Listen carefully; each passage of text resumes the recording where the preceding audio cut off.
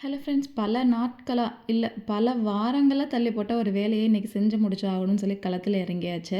அதுக்கு தேவையான பொருட்கள் பார்த்தீங்கன்னா, உப்பு, அரிசி மாவு, அரிசி, வினிகர், அப்புறம் விம் லிக்விட் மட்டும் எடுத்து வச்சுக்கலாம். எப்பயுமே அழகு வந்து ஆபத்துன்னு சொல்லுவாங்க. அது மாதிரி இந்த கிச்சன் பொறுத்தவரைக்கும் அழகு எல்லாமே ஹை மெயின்டெனன்ஸ் தான். கிளாஸ் பாட்டில்லாம் அழகா இருக்குன்னு சொல்லி வாங்கிடுறது. ஆனா கிளீன் பண்ணுறது வந்து கொஞ்சம் கஷ்டமான வேலை தான். சில்வர் தூக்குவாளி நம்ம அம்மாலாம் யூஸ் பண்ணுற மாதிரி அப்படின்னா டக்கு டக்குன்னு அந்த ஸ்க்ரப்பை போட்டு தேய்ச்சோமா போனோமான்னு இருக்கும். ஆனால் இது வந்து கொஞ்சம் பார்த்து பார்த்து பண்ண வேண்டிய வேலையாக இருந்துச்சு.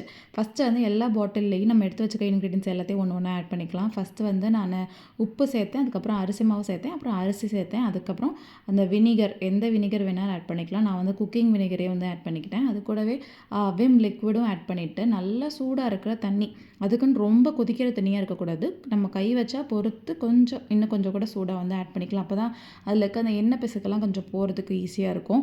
அப்புறம் அந்த லிட் வச்சே நல்லா கவர் பண்ணி ஒரு 1/2 அன் ஹவர் அப்படியே வந்து சோக்காக விட்டுடலாம். ஏன்னா அந்த கீழே தான் வந்து அந்த அழுக்கு எல்லாமே வந்து ரொம்ப செட்டில் ஆகிருக்கும். அதனால கொஞ்சம் நல்லா சோக்காக விட்டுடலாம். இப்போ ரிமைனிங் இருக்கிற அந்த ஐட்டம்ஸ் எல்லாத்தையும் ஒன்றா சேர்த்துட்டு விம் லிக்விட் தொட்டு நம்ம வந்து உள்ளே வந்து ஸ்க்ரப்பர் வச்சு நல்லா தேய்ச்சி எடுத்துக்கலாம். இந்த பாட்டில் கழுவுறது என்ன பிரமாதம், இந்த பாட்டில் கழுவுறது தான் பெரிய விஷயமே. இது வந்து கொஞ்சம் ரொம்ப நேரோவாக இருக்கிறனால கொஞ்சம் கையும் உள்ளே விட்டு கழுவ முடியாது. அந்த ப்ரஷ் வச்சு தான் வந்து தேய்க்க முடியும். அதை நல்லா தேய்ச்சி நல்லா 2-3 வாட்டி நல்ல தண்ணியிலையும் வாஷ் பண்ணி எடுத்துக்கலாம். நம்ம அந்த உப்பு, வினிகர் எல்லாமே சேர்த்துக்கனால அதுவே வந்து ஆட்டோமேட்டிக்காக அந்த பிசுக்கெல்லாம் போயிடும். வெளியே மட்டும் லைட்டாக நம்ம ஸ்க்ரப்பர் போட்டு தேய்ச்சி எடுத்தோம்னா சூப்பர் க்ளீனாக ஆயிரும். அப்படியே வந்து கொஞ்சம் நேரம் வெயிலில் சன்ட்ரை பண்ணி எடுத்து வச்சுக்கலாம். அது வேறு எனக்கு பயம். இப்போ ரீசெண்டாக கூட இன்ஸ்டாலே எதுலையோ பார்த்துருந்தேன், ஏதோ காருக்குள்ளே இருந்த வாட்டர் பாட்டிலில் வந்து ஹீட் பாஸ் ஆகி பற்றிக்கிச்சான். அது மாதிரி ஏதாச்சும் ஆயிருமோ அப்படின்னு சொல்லி டக்குன்னு கொஞ்சம் நேரத்தில் எடுத்துகிட்டு வந்துட்டேன்.